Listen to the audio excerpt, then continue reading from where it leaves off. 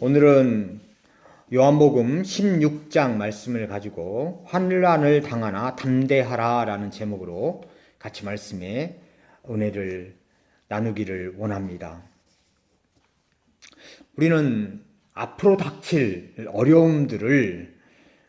어려움과 시련에 대해서 대비할 필요가 있습니다.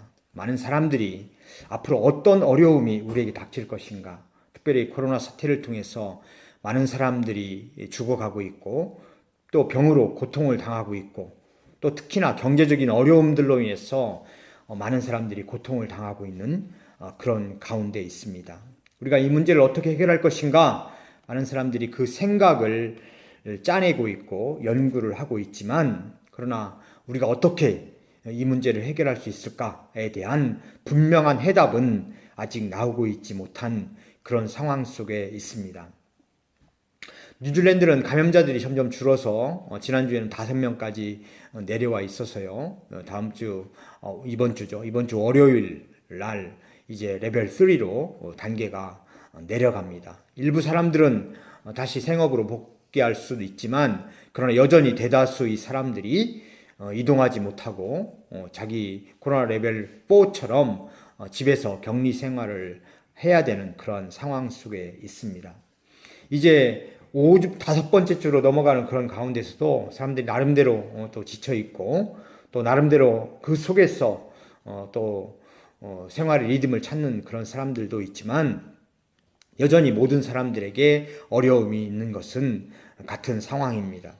이러할 때 우리가 어떻게 이러한 상황들을 이겨나갈 것인가, 어떻게 또한 우리는 미래를 대비해 나갈 것인가, 또 이 미래를 대비하는 가운데 우리는 어떠한 도움이 필요한 것인가, 오늘 말씀을 통해서 요한복음 16장을 통해서 살펴볼 수 있기를 원합니다. 요한복음 16장에 들어가기 전에 우리 예수님께서는 자신이 십자가에 죽을 것이고 제자들을 떠날 것이다 라고 하는 말씀을 이미 해주고 계십니다. 그러면서 예수님께서 이때 세상을 떠나시면서 내가 너희에게 보혜사를 보내줄 것이다 라고 요한복음 15장 26절에 말씀을 해주고 있습니다. 보혜사를 보내준 이유는 그가 나를 증거하실 것이다 라고 말씀을 해주고 있습니다. 보혜사라고 하는 것은 컴포터, 위로자, 헬퍼, 도움을 주는 사람, 또는 카운슬러, 상담자, 또는 대언자, 대변자라고 하는 그런 의미를 가지고 있습니다. 우리를 위로해 줄 수 있는 분, 우리를 도와주시는 분, 우리 가장 연약한 부분에 대해서 상담을 해주시는 분, 또는 나를 대신해서 변호해 주는 분, 그런 의미를 갖고 계시는 분이 바로 보혜사 성령님입니다. 이를 보내심을 통해서 내가 너희와 함께 하지는 못하지만 그를 통해서 너는 도움을 받을 수 있고 나와 함께 할 수 있다라고 하는 것을 말씀해 주고 계시는 것입니다. 이제 16장에 들어와서 1절에 이렇게 말씀합니다. 내가 이것을 너희에게 이름은 너희로 실족하지 않게 하려 함이니 라고 말씀을 하고 있습니다. 내가 이 세상을 떠날 것이고 너희들 곁을 떠날 것이지만 내가 너희들에게 보혜사를 보내줄 것이다 라고 말씀함을 통해서, 내가 보혜사를 보내주는 이유는 너희로 실족하지 않게 하려 함이다 라고 말씀을 하고 있습니다. 실족하지 않는다, 즉 넘어지지 않는다, 쓰러지지 않는다 라고 하는 것을 의미합니다.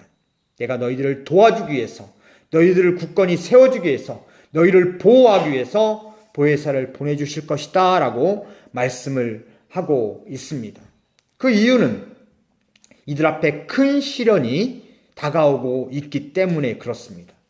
큰 시련이 다가올수록 우리에게 필요한 것이 나에게 좋은 상담자가 필요합니다. 나에게 좋은 지혜를 줄 수 있는 헬퍼가 필요합니다. 바로 그분을 보내주실 것이다 말씀을 하고 있는 것이죠. 2절에 보면 사람들이 너희를 출교할 뿐 아니라 때가 이르면 무릇 너희를 죽이는 자가 생각하기를 이것이 하나님을 섬기는 일이라 하리라 라고 말씀합니다. 즉 제자들을 교회에서 내어 쫓는다는 것이죠. 그때 당시 교회에서 내어 쫓는다는 것은 굉장한 의미를 가지고 있습니다. 그 지역사회에서 그가 추방된다는 것을 의미해요. 지역의 공동체에서 그가 추방된다는 걸 의미합니다. 결국 서로 간에 돕고 그 공동체 속에서 살아야 되는 공동체의 도움이 필요한 사람들인데 그 공동체에서 쫓겨난다라고 하는 것을 의미하는 것이죠. 굉장히 그의 생업과 그의 삶의 위협을 받을 수 있는 그러한 일입니다. 그러한 때가 오고 있다라고 말씀을 하고 있는 것이에요. 또 이것을 행하는 사람들이 너희를 죽이는 자가 생각하기를 이것이 하나님을 섬기는 일이다라고 생각을 하는 것입니다. 이게 무서운 일이죠. 잘못된 신념이 가지고 있는 위험성을 의미합니다. 자기들이 잘못을 범함에도 불구하고 자기들은 그것이 잘못됐다고 생각하지 않는 것입니다. 그것이 옳다고 생각하는 것이에요. 자기 신념이라고 생각하는 것입니다. 그래서 우리가 믿음이 무서운 이유가 바로 여기에 있는 것입니다.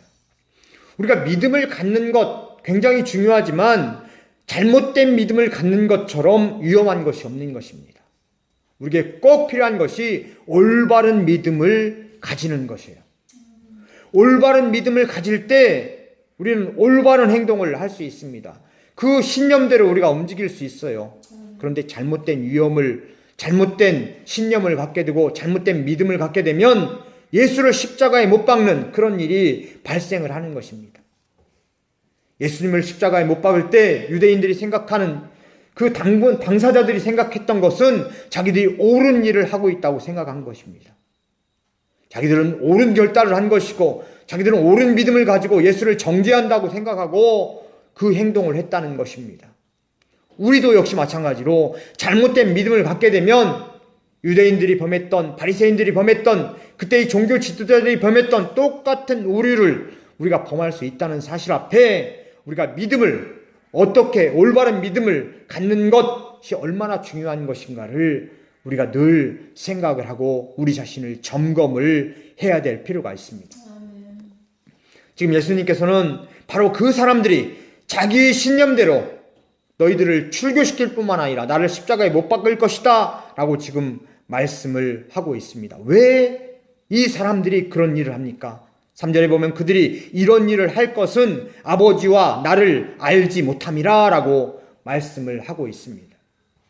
아버지와 예수를 내가 누군지를 알지 못하기 때문에 그런 일을 한다라고 지금 말씀을 하고 있는 것입니다. 즉 올바른 믿음을 갖지 못한 것이죠.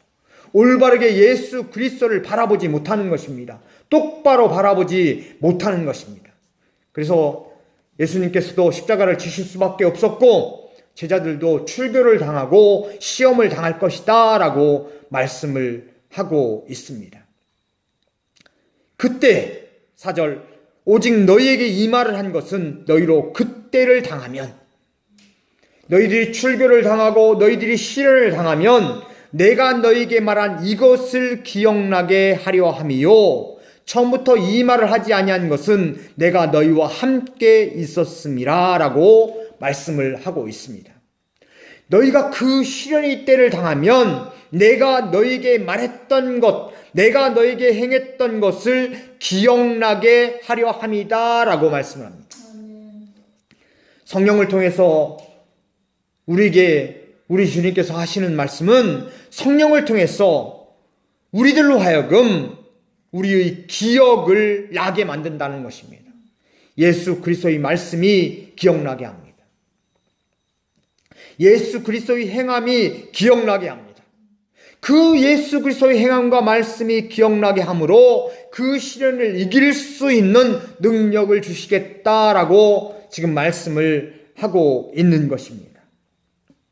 바둑에서도요, 바둑을 두고 난 다음에 복기라고 하는 것을 합니다.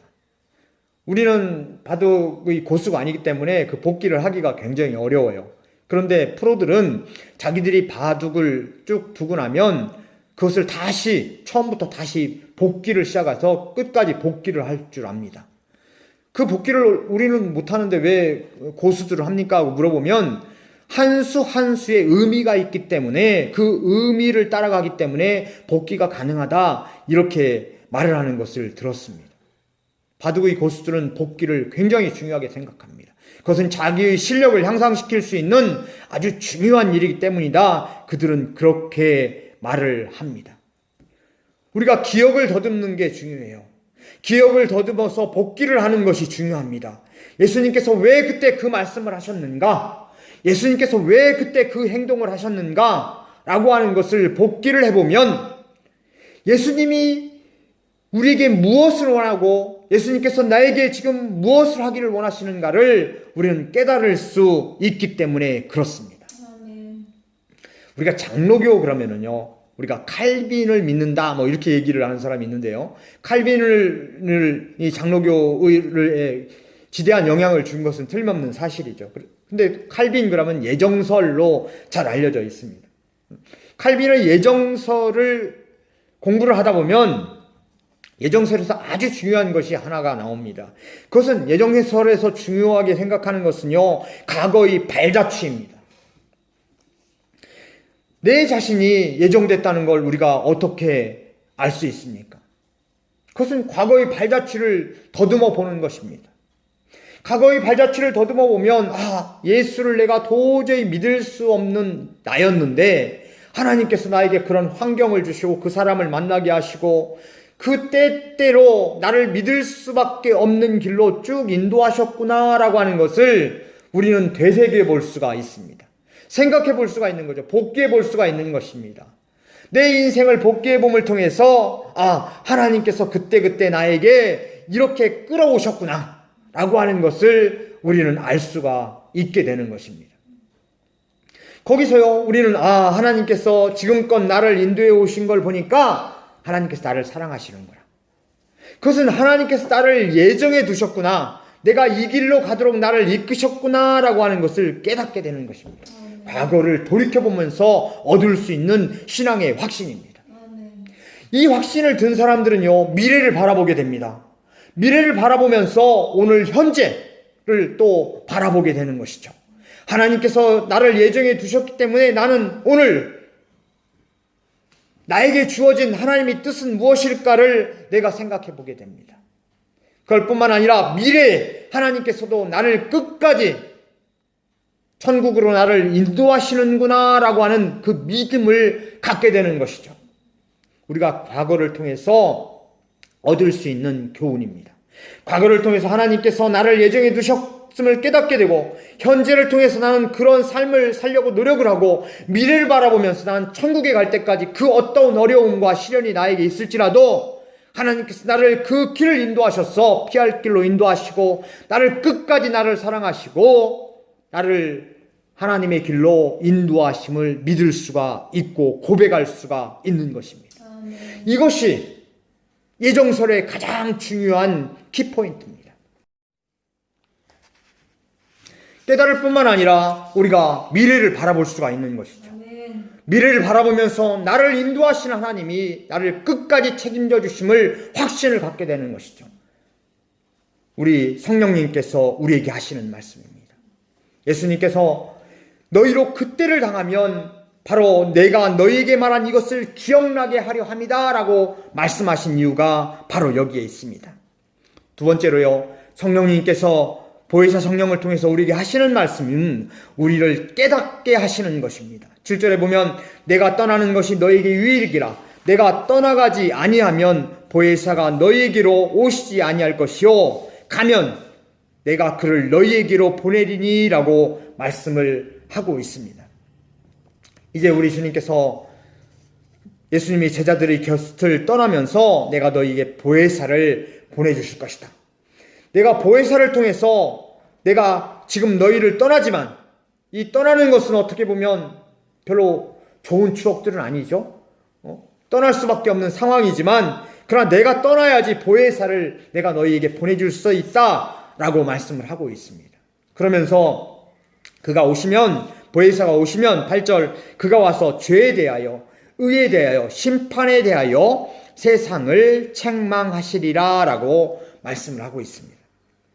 그분이 와서 보혜사가 와서 죄에 대하여 의에 대하여 심판에 대하여 세상을 책망하시리라. 이 말의 의미를 깨닫기가 조금 어려운 구절이에요. 여기서 죄에 대하여라 하면 9절 그들이 나를 믿지 아니함이요 라고 말씀을 합니다. 죄에 대하여라 함은 그들이 나를 믿지 아니하다. 성령께서 오셔서 하시는 말씀이 하시는 것이 죄에 대해서, 의에 대해서, 심판에 대해서 세상을 책망하시리라. 죄에 대하여라 함은 그들이 나를 믿지 아니함을 책망할 것이다 라고 말씀을 하고 있습니다. 그들이 책망받을 것은요, 바로 예수님을 하나님의 아들로 믿지 아니한 것입니다.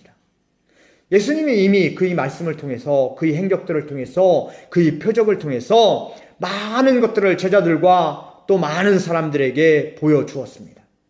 그럼에도 불구하고 세상은 예수님을 믿지 않았어요. 예수님을 하나님의 아들로 인정하지 않았습니다. 예수님은 분명히 자신이 하나님의 아들이라고 계속해서 거듭 말씀해 주셨음에도 불구하고 세상은 그를 믿지 아니하였습니다. 이거에 대해서 세상을 책망하시겠다라고 말씀하십니다. 또한 10절 의에 대하여라 함은 내가 아버지께로 가니 너희가 다시 나를 보지 못함이요 라고 말씀합니다. 여기서 의에 대하여라고 하는 것은 세상의 의를 의미합니다. 세상 사람들이 말하는 의를 의미해요. 그러나 이거에 대해서 세상의 의는 결국 예수 그리스도의 부활을 통해서 하나님의 의가 이겼음을 보여주는 것입니다. 세상의 의가 예수님을 십자가에 못 박았어요. 그것은 십자가에 못 박았을 때 세상의 의가 승리한 것처럼 보였습니다. 그러나 예수 그리스도의 부활은 세상의 의가 결코 승리하지 못함을 보여주는 것입니다. 하나님의 의가 승리할 수밖에 없음을 분명하게 나타내 보여주는 것입니다. 이거에 대해서 책망하신다라고 말씀합니다. 세상 사람들이 말하는 의는요, 어떻게 보면 우리가 생각할 때 그렇구나, 그럴싸하게 들릴 수가 있습니다. 그런데요, 세상의 의를 그 안을 들여다보면 그 안에는 많은 명분이 있습니다. 그러나 그 명분 이면에 감춰져 있는 많은 거짓들이 도사리고 있다는 사실이에요. 지난번에 김어준 뉴스공장 김어준 총수와 그다음에 더불어시민당 최백은 교수가 이 총선 끝난 다음에 나눴던 대화를 잠깐 듣는데요. 거기서 그들이 뭐라고 얘기하냐면, 이 최백은 교수가 더불어시민당, 그건 비례정당이죠. 이제 그 선거가 끝난 다음에 이분이 당수 자리를 이제 사직했어요. 그러니까 늘 그 이전부터 자신은 이번 이 더불어시민당을 만든 이유는 하나의 비례정당을 만들어서 그 야당에 대해서 어떤 야당이 만든 비례정당에 대항하기 위해서 만든 것일 뿐이지, 자기는 이거 끝나면 자기가 그만둔다고 했거든요. 그 말대로 그는 총선이 끝난 다음에 이걸 그만두었어요. 당수직을 그만두고 나서 하는 얘기가 뭐라고 얘기하냐면, 김어준 총수가 얘기해요. 잠시 정치권에 들어가서 정치인들이 하는 모습을 보니까 어떤 생각이 들었습니까? 라고 얘기하니까, 그 사람들은요, 우리라고 하는 것은 보통 사람들이죠. 보통 사람들과 다른 종류의 사람인 것을 알 수 있었다라고 그렇게 얘기하는 것을 들었습니다. 그 의미가 뭐냐면요, 계속해서 부연 설명하면서 하는 말이, 보통 사람은 양심이라고 하는 것이 있습니다. 우리가 생각하는 양심이 있어요. 그래서 여기서 이 말을 하고 저기서 저 말을 할 때 이걸 쉽게 하질 못합니다. 말을 바꾸기가 쉽지가 않은 거예요. 내가 한번 뱉었던 말은 우리가 지키려고 하고 지키려고 노력을 합니다. 물론 불가피한 상황이 와서 못 지킬 수도 있어요. 그러나 우리는 내가 했던 말에 대해서는 최소한 지키려고 노력을 해요. 그런데요, 정치권에 들어가 보니까 한 10분 전에 했던 말을 저쪽에 가서는 금방 뒤집는 것을 많이 봤다는 거예요. 그러면서 그 본인들이 느꼈던 것은, 정치를 하는 사람들은 보통 사람들과 다른 세계에 살아가고 있는 사람이다 라고 하는 것을 느꼈다는 그런 얘기를 하는 것을 들었습니다. 세상의 의가 그렇습니다. 겉으로 봤을 때는 그럴싸해 보여요. 근데 결국 그 의는 쉽게 뒤집히는 의라고 하는 것이죠. 명분을 가장한 의인 것이죠. 예수님께서 부활하심으로 보여주셨던 것은, 하나님의 의는 결코 죽지 않는다.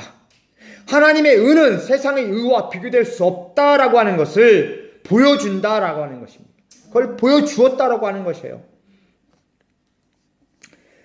11절 심판에 대하여라 함은 이 세상 임금이 심판을 받았음이라 라고 말씀을 하고 있습니다. 이 세상 임금이라고 하는 것은요, 에베소서 2장 2절에 보면 공중 권세 잡은 자, 에베소서 6장 12절 어둠의 세상 주관자라고 하는 것을 의미합니다. 즉 사단의 세력을 의미하고 있어요. 이거에 대해서 사단의 세력이 예수 그리스도의 부활을 통해서 이제는 멸망을 당하고 바로 예수님께서 예수의 부활을 통해서 생명의 길을 열어놓으심을 의미합니다. 즉 심판에 대하여 세상 임금이 이제는 심판을 받았음을 의미합니다. 예수 그리스도의 부활을 통해서 생명의 길을 열어놓으셨기 때문에 그렇습니다. 이것을 깨닫게 해주신다는 거예요. 보혜사 성령을 통해서 우리에게 이걸 가르쳐 주시고 이걸 깨닫게 해주시겠다는 것을 의미합니다. 죄에 대해서, 의에 대해서, 심판에 대해서 세상을 책망하시리라. 이걸 깨닫게 해주시겠다는 것입니다. 세 번째로 성령께서 우리에게 오셔서 하시는 말씀은 인도자 되어주시는 것입니다. 13절에 보면 진리 성령이 오시면 그가 너희를 모든 진리 가운데로 인도하시리니 장래일을 너희에게 알리시리라 라고 말씀을 하고 있습니다. 진리 가운데로 인도하시리니 장래일을 너희에게 알리시리라. 14절 그가 내 영광을 나타내시리니 내 것을 가지고 너희에게 알리시겠습니다. 우리를 진리 가운데로 인도하시는 분이 바로 우리 성령님이십니다. 그래서 그 영광을 나타내신다라고 말씀합니다. 예수 그리스도께서 우리를 진리로 인도하십니다. 보혜사 성령께서 우리를 진리로 인도하십니다. 그가 나와서 내 영광을 나타내 주십니다. 23절 그날에는 너희가 아무것도 내게 묻지 아니라 너희가 무엇이든지 아버지께 구하는 것을 내 이름으로 주시리라. 24절 지금까지는 너희가 내 이름으로 아무것도 구하지 아니하였으나 구하라. 그리하면 받으리니 너희 기쁨이 충만하리라. 예수 그리스도께서 보혜사 성령을 보내주셔서 우리에게 하시는 것은 구하라. 그리하면 받으리니 너희 기쁨이 충만하리라 라고 말씀합니다. 우리가 구하는 것을 받을 수가 있어요. 왜 그렇습니까? 왜 우리가 구하면 받게 되고 하나님의 영광이 우리에게 나타내지게 되는 겁니까? 그것은 바로 보혜사 성령을 통해서 우리를 진리로 인도해 주십니다.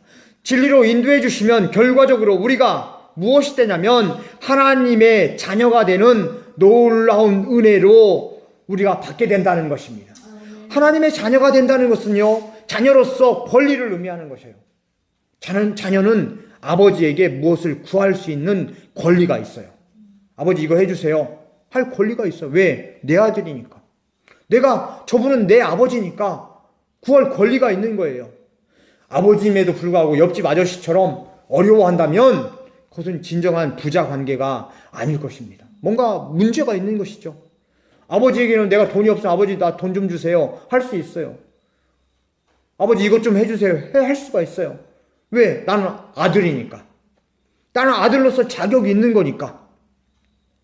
그 관계로 우리를 인도해 주시겠다라고 말씀을 하고 있는 것입니다. 27절 이는 너희가 나를 사랑하고 또 내가 너희에게 온 줄 믿었으므로 아버지께서 친히 너희를 사랑하심이라. 너희가 나를 사랑하고 내가 아버지께로 온 줄 믿었으므로, 예수 그리스도를 믿었으므로 아버지께서 친히 너희를 사랑하시라. 즉 아버지와 우리의 관계가 온전하게 자녀 관계로 회복된다는 것을 의미합니다. 즉 아버지와 내가 온전한 자녀 관계, 온전한 소통의 관계가 되어지는 것이죠. 그렇기 때문에 나에게 아버지께 무엇이든지 구할 수가 있는 것입니다. 아버지께 무엇인가 내가 요구할 수가 있는 거예요. 또 내가 요구하는 것은 아버지의 뜻이게 될 수 있는 것입니다. 왜? 아버지와 내가 온전한 뜻이 합일 하나가 되었으니까. 이것이 중요한 것이죠. 성령께서 우리에게 하시는 것은 우리를 하나님과 자연스럽게 만들어주는 것입니다. 우리가 양복을 안 입던 사람이 양복을 입으면요, 굉장히 거추장스러워요. 뭔가 불편합니다. 근데 그것을 또 오래 입으면 익숙해지게 되죠. 익숙해지면 자연스러워져요. 안 신던 신발을, 새 신발을 신게 되면 이 길들이기까지 불편합니다. 좀 뭔가 발이 불편하고 또 좀 딱딱하고 좀 거북스러워요. 근데 오래 또 신다 보면 또 자연스러워집니다. 하나님과 나의 관계가 성령님을 통해서 이렇게 자연스럽게 되는 것이죠. 온전한 소통의 관계가 되어지는 것입니다. 아버지와 내가 하나가 되어지는 느낌을 성령을 통해서 우리는 받게 되고 하나님의 뜻을 깨닫게 되는 것입니다. 그러면 자연스럽게 하나님께 도움을 청할 수가 있고요. 내가 도움을 청하는 것이 곧 아버지의 뜻이 될 수가 있는 것입니다. 성령님께서는 우리를 그런 관계로 우리를 인도하시겠다라고 말씀을 해주고 계시는 겁니다. 아직도 믿음이 불편하십니까? 그것은 성령님께서 나에게 온전히 역사하시도록 우리 마음을 열어놓지 않기 때문에 그렇습니다. 또 우리가 성령님께서 나에게 역사하시도록 우리가 성령을 놀라운 은혜를 더 우리가 기도를 해야 될 필요가 있는 이유가 바로 여기에 있습니다. 하나님, 나를 도와주세요. 성령님, 나에게 충만함을 주세요. 그럼을 통해서 내가 성령께서 나에게 도와주셔서 이 어려움을 이기게 하시고 하나님의 뜻을 깨닫게 하시고 내 갈 길을 나아갈 수 있도록 하나님 나에게 도움을 주세요. 이렇게 되면 성령님께서 나에게 들어오셔서 나를 통해서 무엇인가 일을 할 수가 있어요. 근데 내 마음을 닫아놓고 내 생각대로만 고집하고 내 의지대로만 나아가려고 하면 성령님께서 나에게 역사할 여지가 없어지게 되는 것입니다. 자연스러워지지 않죠. 하나님과의 관계가 자연스러워지지 않습니다. 성령님께서 나에게 일하실 수 있도록 마음을 열기를 바랍니다. 아멘. 기도할 수 있기를 바랍니다. 아멘. 성령의 충만함이 올 수 있도록 우리가 더욱더 말씀으로 함께 하시기를 원합니다. 아멘. 우리 마음이 열리면요, 성령님께서 더 강하게 역사하셔서 아멘. 성령님께서 우리와 함께 하심을 더 느낄 수가 있습니다. 아멘. 그 이유는요, 우리에게 도움이 필요하기 때문에 그렇습니다. 예수님이 제자들에게도요, 이때 당시에 도움이 필요했어요. 그 시련을 이길 수 있는 도움이 필요한 것이죠. 32절에 보면 보라, 너희가 각각 제 곳으로 흩어지고 나를 혼자 둘 때가 오나니 벌써 왔도다. 그러나 내가 혼자 있는 것이 아니라 아버지께서 나와 함께 계시느니라. 이제 흩어질 때가 됐다라고 말씀합니다. 너에게 시련이 오고 있다라고 말씀하고 있어. 나에게도 시련이 오고 있다라고 말씀하고 있습니다. 그러나 나는 혼자 있는 것이 아니다라고 말씀하고 있어요. 아버지께서 나와 함께 계시느니라. 우리가 어려움이 있을 때 예수님께서 지금 말씀하시는 것처럼 아버지께서 나와 함께 계신다라고 하는 것을 믿으시기를 바랍니다. 아멘. 예수님도요, 아버지께서 나와 함께 계시니 내가 두렵지 않다라고 지금 말씀하십니다. 아버지께서 함께 하시니 내가 당당히 나아갈 수 있다, 이렇게 말씀하시는 것이죠. 성령님께서 우리에게 하시는 것이 바로 이 믿음입니다. 아멘. 이 믿음을 갖게 되면 담대히 앞으로 나아갈 수가 있게 되는 것이죠. 아멘. 이제 결론을 내리겠습니다. 보혜사 성령님께서를 이 땅에 보내주신 것은 예수님 제자들이 큰 시련을 앞두고 예수 그리스도의 말씀을 기억나게 함이라 말씀했어요. 진리를 깨닫도록 인도하신다라고 말씀합니다. 또 우리 인도자가 되어주셔서 하나님과 내가 하나 될 수 있도록 만들어주신다라고 말씀을 하고 있습니다. 이렇게 하나님과 온전한 관계가 회복됐을 때 이를 통해서 우리가 얻을 수 있는 최고의 수확은, 최고의 결실은 33절 예수님은 이렇게 말씀합니다. 이것을 너에게 이르는 것은 너희로 내 안에서 평안을 누리게 하려 함이라. 세상에서는 너희가 환난을 당하나 담대하라. 내가 세상을 이겼노라 라고 말씀하고 있습니다. 아멘. 너희로 내 안에서 평안을 누리게 하려 함이라. 세상에서는 너희가 환난을 당하나 담대하라. 내가 세상을 이겼노라. 아멘.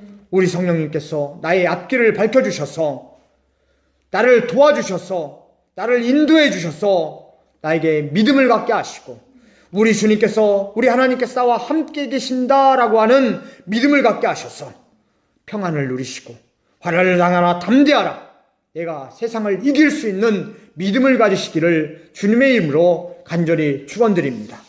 기도하겠습니다. 사랑과 은혜가 충만하신 주님 감사합니다. 우리가 세상을 살아가면서 시시때때로 큰 어려움과 환난이 우리 앞에 있습니다. 그러나 이 어려움과 환난 속에서 우리에게 확실한 것은 우리 성령님께서 너는 하나님의 자녀다라고 하는 것을 확신시켜 주시고 그 확신을 통해서 하나님과 내가 하나 되게 만들어 주셔서 하나님의 이름으로 구할 수 있는 자격을 주시고 믿음을 주셔서 어려움을 극복하게 하시는 분임을 우리는 고백합니다. 하나님, 내가 하나님의 자녀됨을 고백하기를 원합니다. 이를 통해서 내가 너희와 함께 하신다라고 하는 하나님의 말씀, 그 말씀에 의지하여 나아갈 수 있기를 원합니다. 너희로 내 안에서 평안을 누리게 합니다 라고 말씀하신 그 말씀이 우리에게 올 수 있기를 원합니다.